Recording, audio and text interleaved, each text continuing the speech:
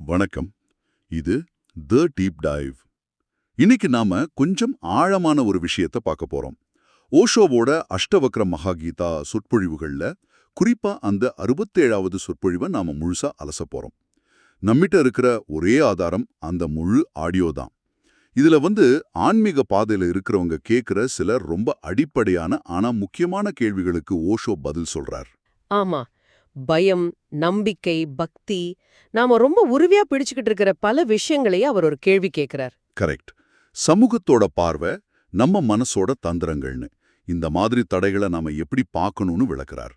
உண்மையிலேயே ஒரு சுவாரஸ்யமான விவாதமா இருக்கும்னு நினைக்கிறேன். கண்டிப்பா. சரி, முதல் கேள்வியிலிருந்தே ஆரம்பிக்கலாமா? இது நிறைய பேருக்கு வரக்கூடிய ஒரு அனுபவம் தான். சொல்லுங்க. ஒருத்தர் கேட்கிறார், பல வருஷமா ஓஷோவை கேட்டுட்டு சந்நியாசம் வாங்கணும்னு ரொம்ப தீவிரமான ஆசையோட வந்திருக்காரு. எல்லாம் சரிதான், ஆனா வீட்டை விட்டு கிளம்புனதுல இருந்து அவர் உடம்புல ஒரு மாதிரி நடுக்கம், மனசுல பயம், பதற்றம்னு சொல்றாரு. ஓ சரி. சந்நியாசத்துக்கு மனசு ஏன் இப்படி ஒரு தடை போடுது, இது எப்படி புரிஞ்சுக்கிறதுன்னு கேக்குறாரு. இது ஒரு அற்புதமான கேள்வி. ஏன்னா இது ஆன்மீக பயணத்தோட தொடக்கத்துல பலரும் சந்திக்கிற ஒரு விஷயம். இதுக்கு ஓஷோ சொல்ற பதில் ரொம்ப ஆச்சரியமானது. அப்படியா? ஆமா, அவர் அந்த நடுக்கத்தையும் பயத்தையும் ஒரு பிரச்சனையாவே பார்க்கல. அது ஒரு நல்ல அறிகுறிங்கிறார். சந்நியாசங்கிறது மனசோட மரணம், மனசோட தற்கொலை மாதிரின்னு அவர் விளக்குறார். மனசோட தற்கொலையா? ஆமா, நாம இதுவரைக்கும் நான் நினைச்சிருந்த அடையாளங்கள், பழக்க வழக்கங்கள், நம்பிக்கைகள் எல்லாத்தையும் விட்டுடுற ஒரு செயல்தான் அது. அப்படி ஒரு பெரிய மாற்றத்துக்குள்ள நுழையும் போது மனசு பயப்படுறதும் உடம்பு நடுங்கிறதும் ரொம்ப ரொம்ப இயல்புதாங்கிறார். ஒரு நிமிஷம். மனசோட பேச்சை கேட்காதீங்கன்னு சொல்றது சுலபம்.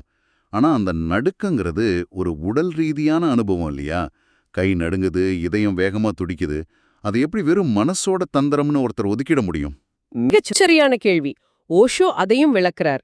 இங்கதான் நான் ஒரு முக்கியமான விதிய சொல்றார். உங்க மனசோட மல்யுத்தம் செய்யாதீங்க. ஏன்னா அது நீங்க தான். ஆனா அதோட பேச்ச கேட்க வேண்டிய அவசியம் இல்ல. புரியல. ஒரு எஜமான் தன் வேலைக்காரனோட முட்டாள்தனமான யோசனைகளை கேட்டு சண்டை போட மாட்டான். அதை நிராட்டலிச்சுட்டு தன் வேலைய பார்ப்பான். அது மாதிரி மனசோட பயத்தை எதிர்த்து போராடாதீங்க, அதை வேடிக்கை மட்டும் பாருங்கங்கிறார். சரி, ஆனா அந்த உடல் நடுக்கம்? அந்த உடல் நடுக்கம் ஏன் வருதுன்னா, உங்க வாழ்க்கை ஆற்றல் முதன்முறையா ஒரு புதிய பழகாத பாதையில பயணிக்க தொடங்குது. அதுவரைக்கும் ஒரு பாதையில ஓடின ஆற்றல் இப்ப திசை மாறும்போது ஒரு நடுக்கம் ஏற்படுது. ஓ, இது ஒரு எனர்ஜி ஷிஃப்ட் மாதிரிங்களா? அதேதான். நீங்க உங்க உடம்பும் இல்ல, மனசும் இல்ல. நடுங்குற உடம்பையும் பயத்துல கத்துற மனசையும் கவனிக்கிற ஒரு சாட்சி உள்ள இருக்கு. அந்த சாட்சியா நீங்க மாறும்போது நடுக்கம் தானாவே நின்றும். அந்த சாட்சி நிலையில இருக்கிறது தான் உண்மையான சந்நியாசங்கிறாரு ஓஷோ. அப்போ அந்த நடுக்கம் ஒரு நல்ல சைன், நாம சரியான பாதையில இருக்கோம்னு அர்த்தம். ஆமா, அது ஒரு சர்டிபிகேட் மாதிரி. மனசோட பயத்தை பத்தி பார்த்தோம். இப்போ அதை விட ஒரு பெரிய விஷயத்தை பத்தி பேச போறோம். உண்மைன்ற வார்த்தையை நாம எல்லாரும் பயன்படுத்துறோம். ஆனா அது வெளிப்படும்போது எப்படி இருக்கும்? அடுத்த கேள்வி இது ஒரு புதிர் மாதிரி கேக்குது.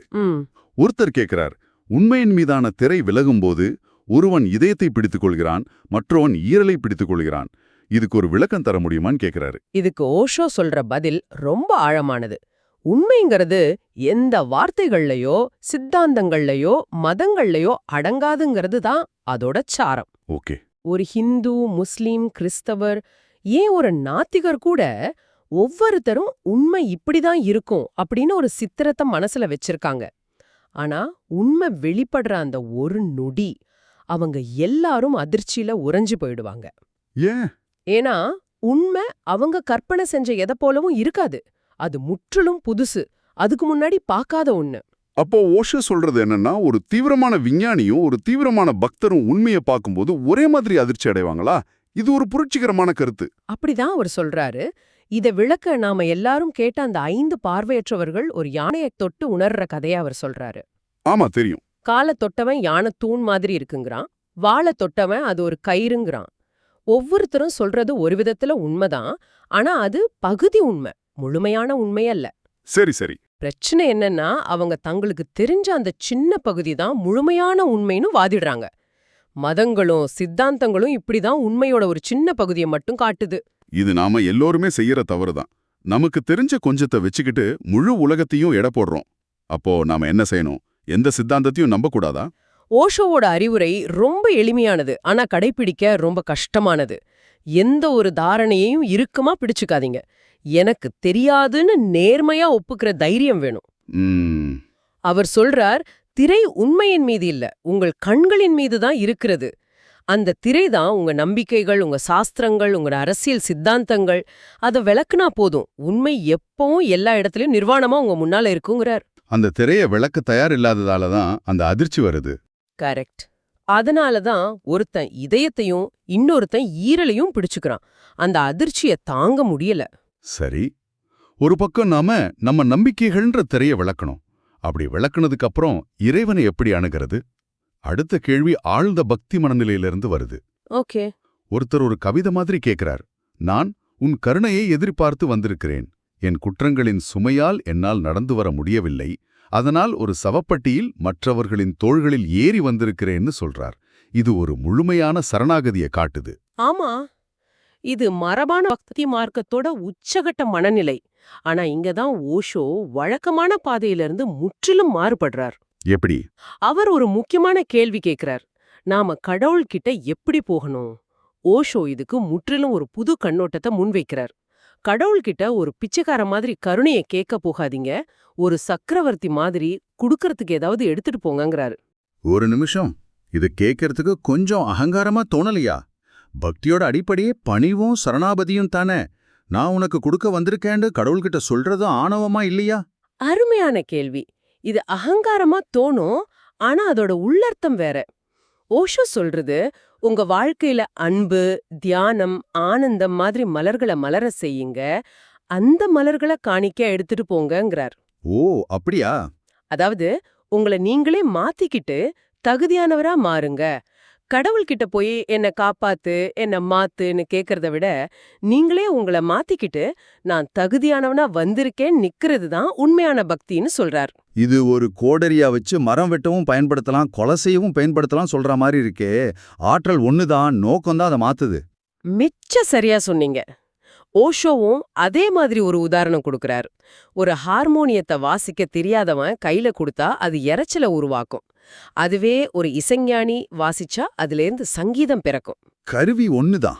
ஆற்றல் ஒண்ணுதான். அதை எப்படி ஒழுங்கமைக்கிறீங்கிறது தான் விஷயம். பாவம் செய்ய பயன்படுற அதே ஆற்றல் தான் புண்ணியம் செய்யவும் பயன்படுது.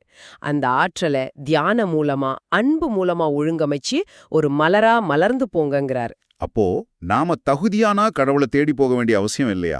அவர் நம்மள தேடி வருவாரா? ஆம், அதுதான் ஓஷோவோட மைய கருத்து. நீங்க உங்களை ஒரு அழகான மலர் மாதிரி மலரச் செஞ்சா தேனீக்களை நீங்க அழைக்க வேண்டியதில்ல, அதுங்க தானாவே வரும். புரியுது. அது மாதிரி நீங்க தியானத்திலையும் ஆனந்தத்திலையும் அன்புலையும் நிறைஞ்சிருக்கும்போது இறைவன் உங்களை தேடி வருவான். நீங்க தகுதி பெற்றா இறைவன் உங்களை தேர்ந்தெடுப்பான். பிச்சைக்காரனா இல்ல, சக்கரவர்த்தியா இறைவனை சந்திங்கன்னு சொல்றார். இந்த உள்முக பயணம், தியானம் இதெல்லாம் கேட்க நல்லா இருக்கு. ஆனா இது ஒரு வெற்றிடத்துல நடக்கிறது இல்லையே. நாம ஒரு சமூகத்துல வாழுறோம், நம்மள சுத்தி மனுஷங்க இருக்காங்க. ஆமா. இந்த உள்முக பயணத்தை ஆரம்பிக்கும்போது வெளி உலகத்தோட பார்வை நம்மள கடுமையா பாதிக்குது. அடுத்த கேள்வி இதத்தான் மையமா கேக்குது. சரி. ஒருத்தர் கேக்குறார், நான் தியானம் செய்ய தொடங்கினதிலிருந்து ஊர் மக்கள் என்ன பைத்தியம்னு சொல்றாங்க. பொதுவா நான் அதை கண்டுகிறது இல்ல. ஆனா சில சமயம் அவங்களோட கேலி என் அமைதியை குலைக்குது. இதுக்கு என்ன செய்யறது? இது பலரும் சந்திக்கிற ஒரு பிரச்சனை. ஆமாம், இது ரொம்ப நடைமுறைக்குரிய ஒரு கேள்வி. இதுக்கும் ஓஷோ ஒரு ஆச்சரியமான பதிலே தரார். அவர் இது ஒரு வாய்ப்பா பார்க்க சொல்றார். வாய்ப்பாவா? ஆமா, மக்கள் உங்கள பைத்தியம்னு கூப்பிட்டா அவங்கள மனசார ஆசீர்வதிங்கங்கறார். ஏன்னா அவங்களும் பைத்தியங்கள் தான். ஆனா அவங்க பணம், பதவி, புகழ்னு உலக விஷயங்களுக்காக பைத்தியமா அலையறாங்க. நீங்களோ இறைவனுக்காக. நீங்களோ இறைவனுக்காக, உண்மைக்காக பைத்தியமா இருக்கீங்க. ரெண்டுல எது மேலான பைத்தியக்காரத்தனம்? இது ஒரு பாக்கியம்ங்கிறார். இது ஒரு அழகான தத்துவ பார்வை. ஆனா நடைமுறையில இது எப்படி செய்யறது? நம்மள பெத்தவங்களே இல்ல நம்ம நெருங்கிய நண்பர்களே நம்மள கேலி செய்யும்போது அது வலிக்கத்தானே செய்யும். கண்டிப்பா. அந்த வலியையும் மீறி இது ஒரு பாக்கியம்னு நினைக்கிறது எப்படி? அந்த மன அமைதி குலையாம எப்படி பாத்துக்கிறது? ஓஷோ அதுக்கு ஒரு வழி காட்டுறாரு. மத்தவங்க சொல்றதால உங்க அமைதி கொலையுதுன்னா உங்க அமைதி இன்னும் ஆழமா வேரூன்றலன்னு அர்த்தம். அது மேலோட்டமா இருக்கு. ஓ, சரி. ஒரு சின்ன கல்லை எரிஞ்சாலே கலைஞ்சிடுற குளம் மாதிரி இருக்கு. உங்க தியானம் ஆழமாகும்போது, உங்க ஆனந்தம் உங்களுக்குள்ளேயே நிலை பெறும்போது, வெளியேந்து வர்ற எந்த கல்லும் உங்கள பாதிக்காது. நீங்க அசையாம உங்க ஆனந்தத்துல நிலைச்சிருந்தா ஒரு அதிசயம் நடக்குங்கிறாரு ஓஷோ. என்ன அதிசயம்? இன்னைக்கு உங்கள பைத்தியம்னு கேலி செய்யறவங்களே நாளைக்கு உங்க கால்ல வந்து உக்காந்து இந்த ஆனந்தத்தோட ரகசியம் என்னான்னு கேட்பாங்க. இயேசுவோட உதாரணத்தை ஓஷோ இங்க சொல்றாரு. ஆமா, அவரை சிலுவையில அரைஞ்சவங்க, பைத்தியக்காரன்னு பழிச்சவங்க இன்னைக்கு அவரைத்தான் அதிகமா வழிபடுறாங்க. உலகம் எப்போதுமே அப்படிதான். அது முதல்ல புரியாத ஒன்ன கண்டு பயந்து கேலி செய்யும். அப்புறம் அதோட உண்மையான மதிப்பை உணர்ந்து அதை போற்றத் தொடங்கும். சரி, நாம இப்போ விவாதத்தோட இறுதி பகுதிக்கு வர்றோம். அடுத்தவர் ஒரு அடிப்படை கேள்வியை கேட்கிறார். சாஸ்திரங்களும் சாதுக்களும் பிறர் மனைவியுடன் உறவு கொள்வது ஒரு சாதகனின் வீழ்ச்சிக்கு வழிவகுக்கும்னு சொல்றத பத்தி விளக்க கேட்கிறார். ஒரு ஒழுக்க நெறி சம்பந்தப்பட்ட கேள்வி. ஆமா, இந்த கேள்விக்கு ஓஷோவோட பதில் அந்த கேள்வியோட அடிப்படையே தகர்க்குது. அவர் இதை ஒரு பயனற்ற கேள்வின்னு கருதுறார். உண்மையான ஞானி யார் யாரோட மனைவின்னு கணக்கு வச்சுட்டு இருக்க மாட்டாங்கிறார். ஓ அப்படியா? இது என் மனைவி, இது பிறர் மனைவின்ற பாகுபாடே ஒரு விதமான அறியாமை. இந்த உலகத்துல யார் யாருக்கு நிரந்தரமா சொந்தம்? உண்மையான துறவி தன் மனைவி கூட தனக்கு சொந்தம் இல்லைன்னு உணர்ந்தவன்.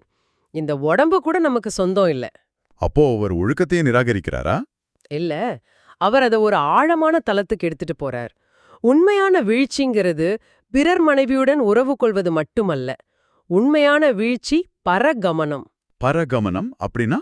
அதாவது தன்னை விட்டு வெளியே மற்றொன்றில செல்றது. உங்க கவனத்தை உங்க கிட்ட இருந்து வெளியே திருப்புற எதுவுமே பரகமனம் தான். அது ஒரு பெண்ணா இருக்கலாம், பணமா இருக்கலாம், பதவியா இருக்கலாம்.